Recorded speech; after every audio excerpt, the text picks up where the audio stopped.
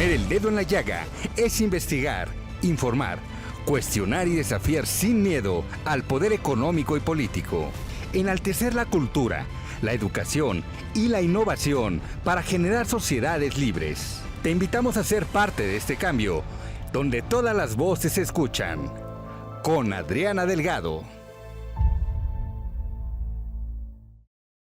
Ministra Loretta Ortiz, 2 meses que tuvimos esta entrevista aquí en El Dedo en la Llaga, que nos hizo usted el favor de venir. Está usted en campaña.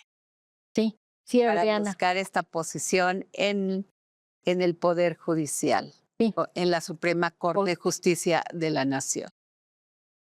¿Qué experiencia le dejó toda esta cercanía con la ciudadanía, con la gente?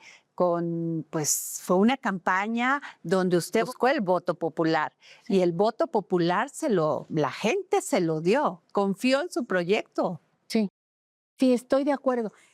Fue una experiencia muy buena para mí, para su servidora.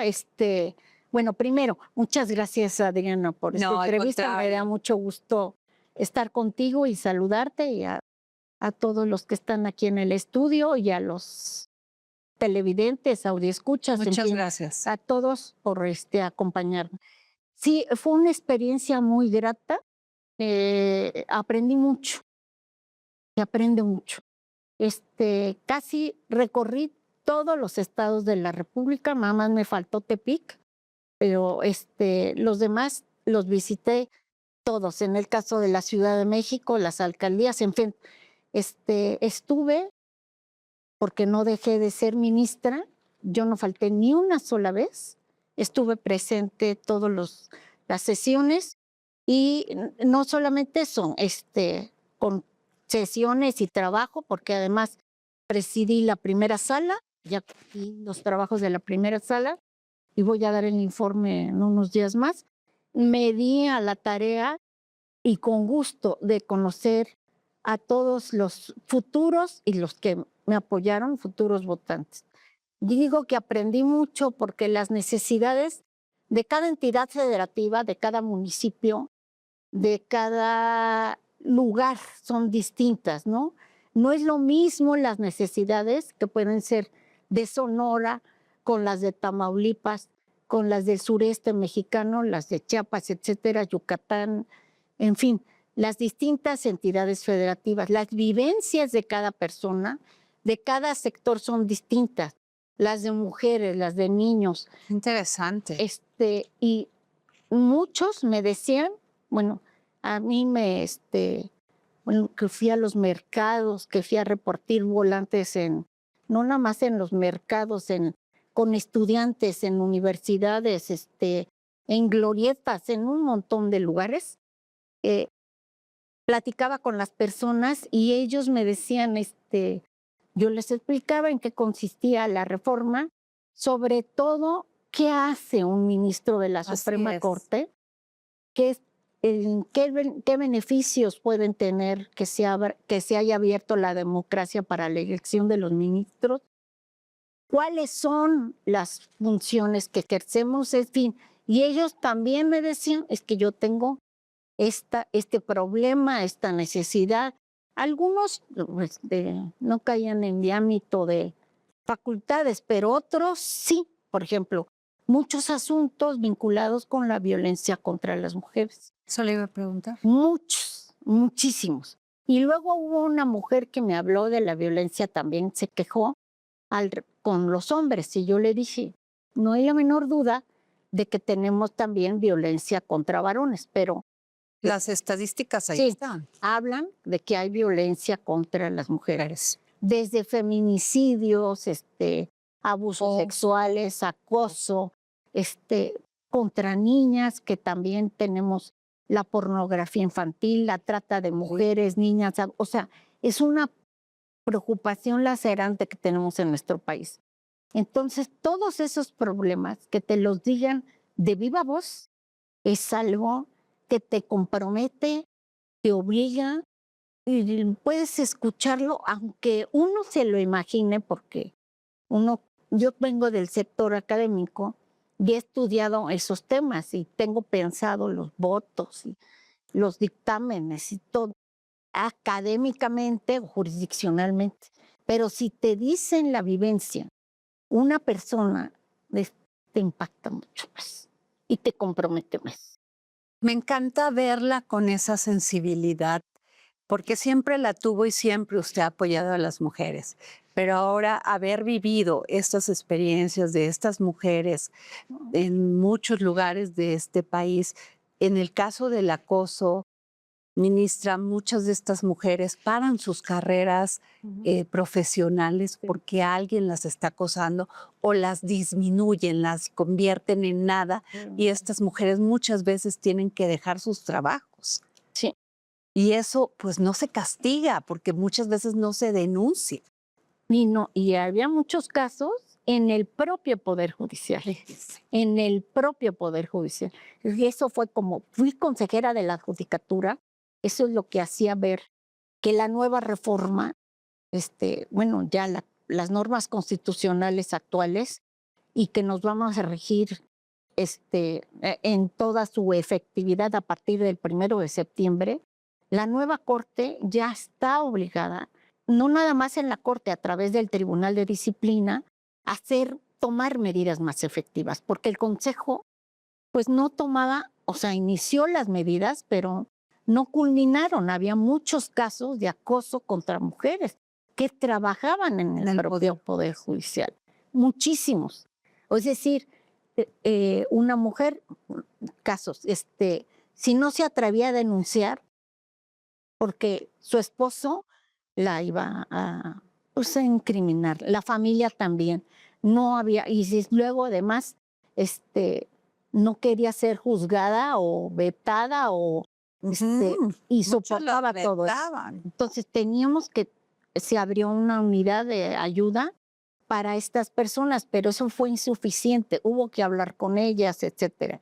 Yo no sé si platiqué, bueno, es un caso de un magistrado que llevaba, sí lo pudimos llevar al Consejo, pero fueron de los pocos. Un magistrado que tenía 11 años de ser magistrado y había abusado o acosado a 9 o 8 mujeres. Se pusieron cámaras y él no sabía, pero bueno, pedía que diario pasaran esas mujeres para que las sobara. Ay, Dios. Es en serio. Y cuando llegó ya juntamos la denuncia, hablamos con ellas y se convencieron y vimos las películas, los videos. Entonces tuvieron la audiencia. Yo formaba parte de la comisión de carrera, de disciplina y de vigilancia. Entonces a mí me tocó la audiencia con ex magistrado. Y le pregunté cómo me puede explicar esto. ¿Sabes qué me contestó? Usos y costumbres. ¿Cómo? Eso me contestó.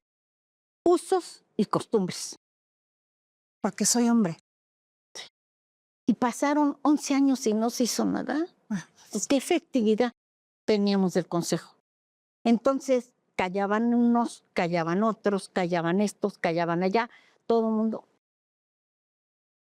Y ahora ya tenemos un tribunal de disciplina que puede acompañar de las denuncias de todos y que hasta de los ministros. Claro. Que eso es lo más importante.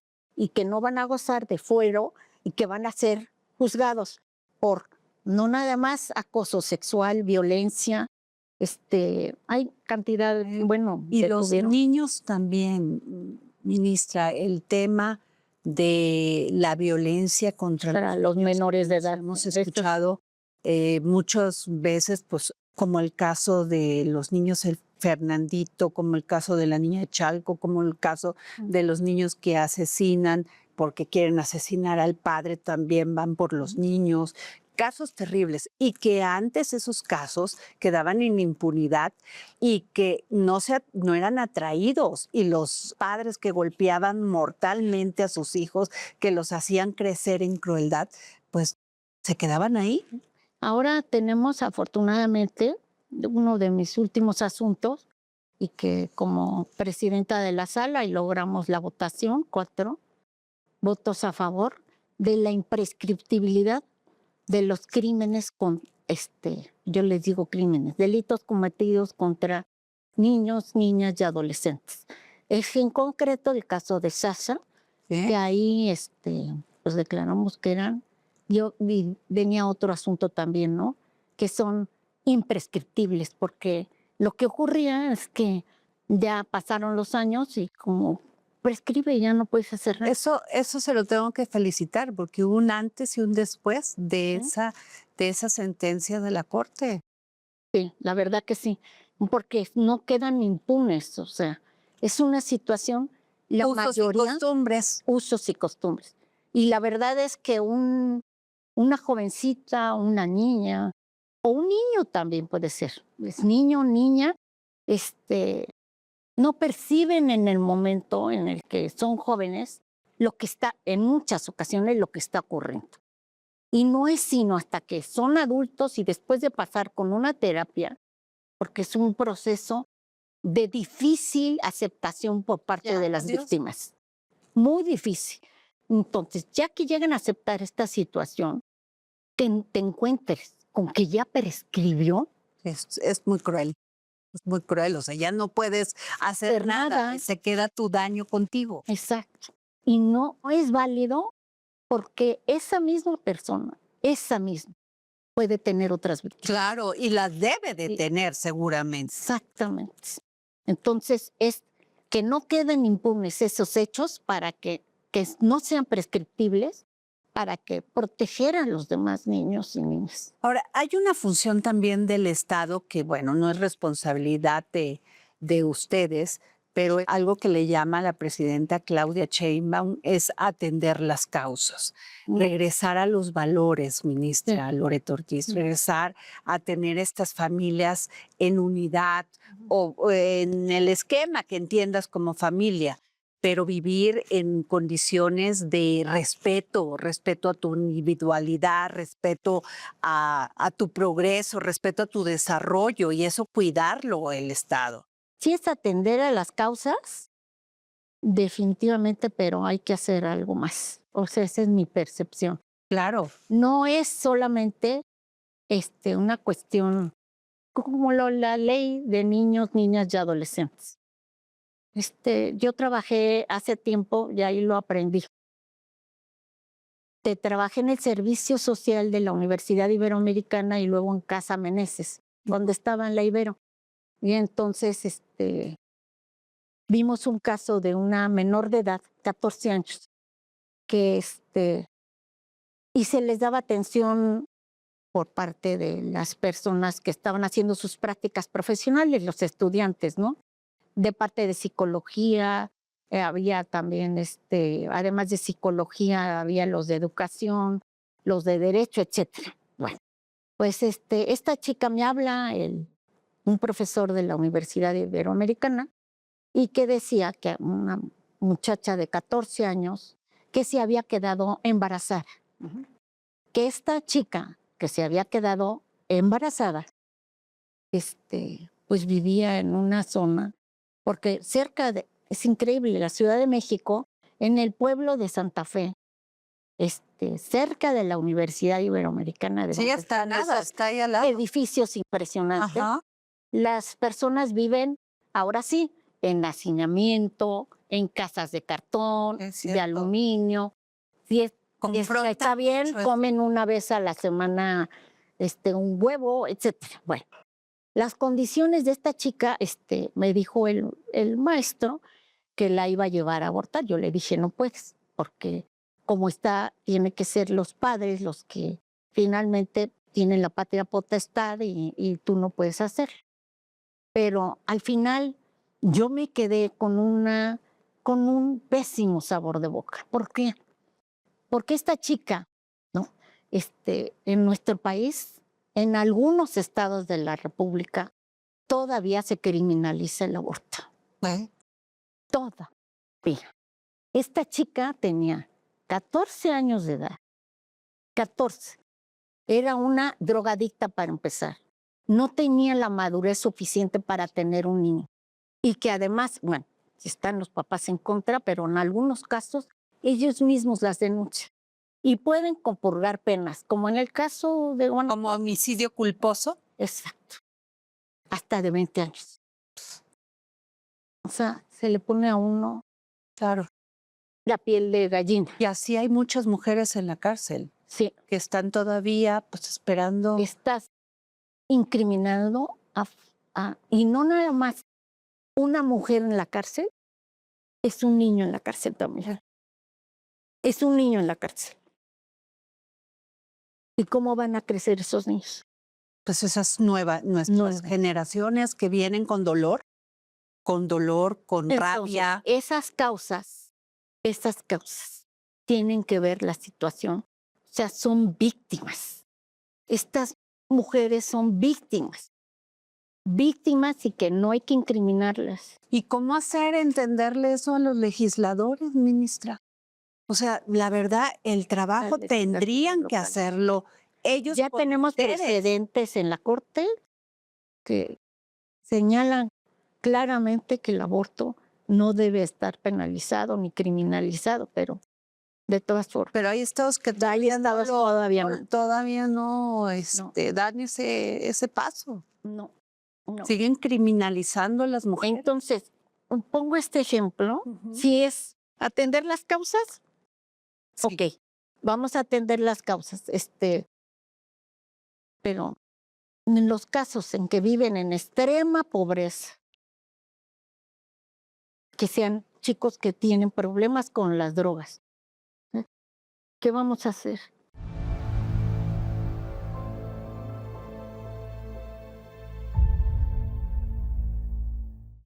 Los jóvenes tienen acceso a estos delincuentes de delincuencia organizada, narcomenudistas, que los están cazando en las Claro. escuelas para drogarlos, para venderles Claro. la droga.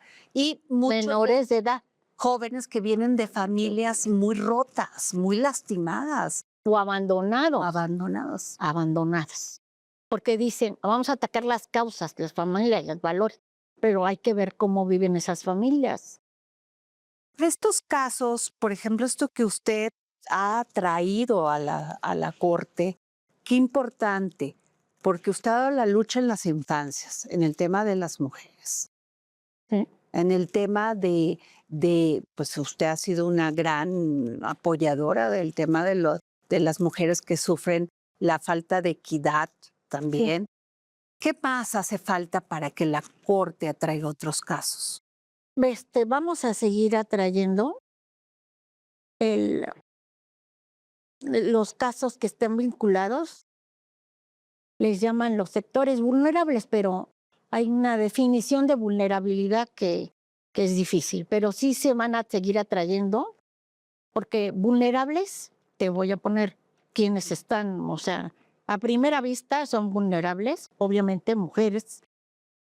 No les gusta a muchas que los pongamos en un sector vulnerable, pero hay, o sea, obviamente, mujeres como tú, como la gobernadora, o sea, hay mujeres que somos afortunadas y que lo único, yo he reflexionado este tema, lo único que nos ha distinguido y que nos ha dado una oportunidad es la educación.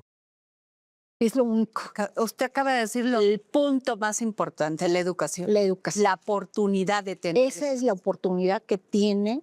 O sea, yo a veces, cuando me voy a caminar allá a Chapultepec y acabando unas elecciones, y yo reflexioné, estaba limpiando una señora ahí barriendo en Chapultepec. Y yo le dije que estaba todavía vivo mi esposo, José Agustín Ortiz Pinquet, y le dije, ¿sabes qué? ¿Cuál es la diferencia entre ella y yo? Me dice, ¿por qué me dices eso, Loreto? La única diferencia es que yo tuve una oportunidad de educar. Sí. La única. Y padres que creyeron en usted también. Pues sí, pero que me dieron la oportunidad de educarme. O sea, es que en cada oportunidad de educación para los jóvenes, esas son atacar las causas. Y el rezago de esta posibilidad de que las mujeres se eduquen sigue siendo Muy fuerte. Muy fuerte. Muy fuerte. ¿Y cómo atacarlo? Porque pues, se hacen programas, hay políticas públicas, pero no se ejerce algo más fuerte para que efectivamente las mujeres tengan esa posibilidad. Sí, Ahí están las cifras. Ahí están las cifras. cifras. Ahí están las cifras. Son terribles y crueles. Sí, porque además en el seno de las mismas familias, le apuestan más a la educación de un hijo que de una hija. Uf, Mucho tengo más. miles de ejemplos así. Mucho más. Mucho más. Entonces ahí están los... Pero además hay un principio que es las mujeres damos vida. Exacto, Nosotras somos las que damos vida. damos vida. Y no nos pueden obstaculizar. O sea, nuestro ejercicio profesional, nuestro desarrollo, nuestras oportunidades, no pueden quedar coartadas o limitadas en razón de que seamos mujeres y que tengamos la capacidad y podamos decidir sobre tener familia o no tener familia, casarnos o no casarnos, pero muchas son obligadas para poder ejercer su profesión a abandonar sus aspiraciones, podríamos decir, Y el sí, de tema de tener los familia, cuidados, el te cuidado de los quedas hijos. cuidando Al hijo. y a tu hijo o te quedas también cuidando a los padres. También, Y esa los, es la los hijos normalmente. varones pues se van, se van. hacen su vida y las que se quedan ahí son las mujeres que mujeres. muchas veces pues nunca pueden desarrollarse. Sí, esa es la situación, que no nos dan las mismas oportunidades bueno, en el caso particular, yo porque fuimos 5 mujeres, y yo soy la mayor, pero sí No tengo, tendremos que cambiarlo desde la legislación porque ante la ley sí somos iguales, pero en equidad no la tenemos. pues sí, en la legislación está en la ley de niños, niñas y adolescentes, pero ¿qué es lo que hace falta? Desde mi perspectiva o visión, hacer de una manera, darle seguimiento a o sea, que la sociedad, o sea, todos los ciudadanos, tomáramos conciencia de lo importante que es que se eduquen las hijas, las niñas, y apoyarlas y si no, denunciar a las autoridades. Eso es lo que digo yo. No hace falta más penas o que realmente, no, le pregunto que haya nuevas legislaciones o si ya hay una que se incrementen las penas, La ley que obliguen que no haya impunidad. La ley de niños, niñas y adolescentes, bueno, este caso, bueno, ese es otro caso de un niño que lo voy a platicar para que ya ahí quedó más. Me gusta mucho que nos cuente esos casos que están. Igual, Casa Meneses es un niño chiquitito de 3 años, 3 añitos, que llegó a la ludoteca ahí en Casa Meneses y que con las de educación y que no se podía sentar el niño. Fue abusado. No se podía sentar. Lo revisaron y dijeron que sí. Y estaba en el seno de su familia el que había abusado de él. No querían, pues obviamente, ni la madre, ni el padre, ni la abuela, nadie, ni sintió. Abusaron de un niño de 3 años, que no se podía sentar. Entonces, ¿qué fue lo que hice? Yo dije, pues tengo que hacerlo de oficio. Ley de niñas, niños y adolescentes. Entonces fui a hablar porque yo no tenía la personalidad jurídica. La Casa Meneses era una asociación, es una asociación vinculada a la Universidad Iberoamericana, pero aparte fui a hablar con él. Entonces David Fernández, el rector de la Universidad Iberoamericana, y le dije, pues necesito presentar la denuncia. Él me dijo, le expliqué cómo estaba todo el asunto y me dijo, adelante. Entonces, de oficio presenté la denuncia y ya sacamos al niño de ese ambiente. Qué cruel. Qué cruel. Y así Su hay familia. muchos albergues en el Su entorno familiar. Y así tenemos casos de abuelos con niñas, padrastros con niñas. Puedo seguir con la historia muy larga. ¿Por qué hemos llegado a esta terrible crueldad? ¿Por qué hemos perdido los valores, ministra Loretta Ortiz? ¿Por qué está sucediendo esto de tantos asesinatos a niños, a niñas, tanta crueldad? ¿Por qué? ¿Qué tenemos que reparar? Lo que tendríamos, bueno, eso es como sociedad que la conformamos todos, es abrirnos a que si queremos un mejor país y que lo más importante que tenemos todos, o sea, de verdad, es nuestra niñez. Son los niños, niñas y adolescentes. Y no te acabo de decir que hay tráfico de órganos, en fin, No, ya. es una verdad, tema. una situación lacerante. Lo más importante es eso. Si la sociedad toma conciencia de esto y denuncia, como yo denuncié, denuncien. Si tienen conocimiento de una situación así, denuncien.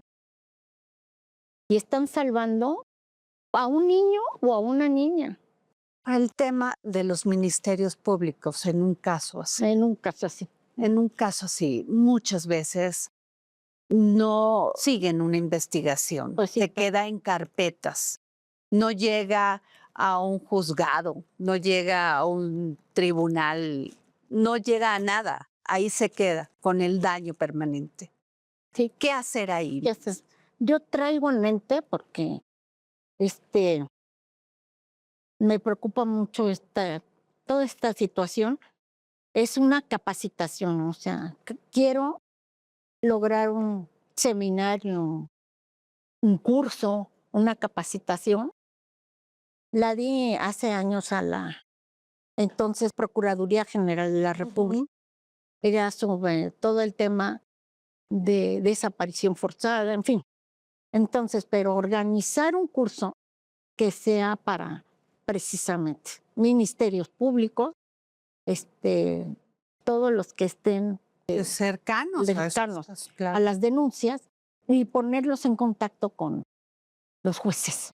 Entonces, para que integrados en estos cursos, en estos foros, podamos ver qué es lo que necesitamos, o sea, desde el lado judicial para que integren bien las interesante carpetas. eso que dice, porque Y que los ministerios públicos también tengan la preparación para... Porque es eso, o sea... ahí en materia penal, ahí se topan y la materia penal yo entiendo que la civil, que la administrativa, pero en la penal, que son estos delitos, pues dañan horriblemente a nuestra sociedad. Las investigaciones tendrían que profesionalizarse, ¿no? Sí es. Todo lo que son estudios forenses, en fin, la capacitación que fuera completa. Yo espero, y no lo abandono, que podamos hacer estos cursos, seminarios en coordinación con distintas universidades para precisamente ministerios públicos, los mismos policías, porque los policías no tienen ni idea. Ministerios públicos y todos los que estén encaminados a esta investigación. Sí, pues muchas veces por la violación al debido proceso, ahí se quedan los casos también. Exacto, porque no pueden tener continuidad porque las carpetas no están bien integradas. Así es. Entonces, hacer una especie como de protocolo, ¿no? Que se diga qué es lo que se necesita para que esté bien integrada la carpeta cuando llegue a los jueces. Justicia pronta y expedita. Entonces, sí, es una gran deuda para todos. Ya está con la disposición constitucional que en 6 meses tendrán que estar resueltos los asuntos, que si no se resuelven en ese plazo, salvo en materia penal, que los plazos son más cortos, pues entonces se puede presentar la denuncia ante el Tribunal de Disciplina y el Tribunal de Disciplina pues va a atender a todos, cualquier ciudadano puede presentarlo y ahora sí podemos exigirle sea al ministro, sea al magistrado, sea al juez federal o local, porque hay tribunales de disciplina federales y estatales, exigirles que nos den cuenta de qué es lo que pasa con el asunto, si no rinde cuenta con el asunto y dice para cuándo más o menos se tiene que tener resuelto, entonces finalmente puede llegar hasta la destitución. No va a ser el momento, ya se va a avanzar en esto de que no vamos a tener, porque la justicia, si no es pronta y expedita, No es justicia. no es justicia. Eso por ese lado. También yo traigo una propuesta pero eso tiene que ser con la intervención pues obviamente del legislativo. Tenemos en el artículo 17 constitucional a los medios alternos de solución de controversias y yo quiero proponer que el legislativo legisle sobre la mediación obligatoria. Entonces, con la mediación obligatoria, en 3 sesiones puede quedar resuelto el asunto y también sería una solución muy rápida. Pues muchas gracias, ministra Loretta Ortiz. Gracias por ser un apoyo para las mujeres y las infancias de este país. Muchas Gracias a por ti, esta Adriana. entrevista. Sé de su agenda pues muy apretada y que se haya tomado este tiempo para estar con nuestros televidentes del Heraldo de México y del Dedo en la Llaga. Muchas gracias. Muchas gracias a usted. Gracias, Adriana. El próximo jueves, en El Dedo en la Llaga. La sentencia, pues, es así fría. ¿En qué contexto se le imprime esa sensibilidad social? Esta es una pregunta muy difícil de responder porque tiene mucho que ver cómo cada persona juzgadora entiende el derecho. Ok. Hay personas juzgadoras que entienden el derecho de manera muy positivista, que le llaman muy de acuerdo a lo que la ley By the book. va y dice, exactamente. Pero hay otras personas o hay giros epistemológicos que se están dando actualmente que son argumentativos e interpretativos, que eso es lo que de manera personal pienso que funciona. A mí me gusta basar las cuestiones bajo los principios fundamentales del derecho y voy a hacer así como voy a trabajarlo. En este sentido, ¿cómo lo acercamos o cómo compaginamos? Cada persona juzgadora trae su manera de desarrollar y de entender el derecho. Yo en este caso, y como reiteré con antelación, traigo una carga jurídica de muchos años, pero también traigo una carga social que también la he venido desarrollando Como litigante. no, como investigador social Como también.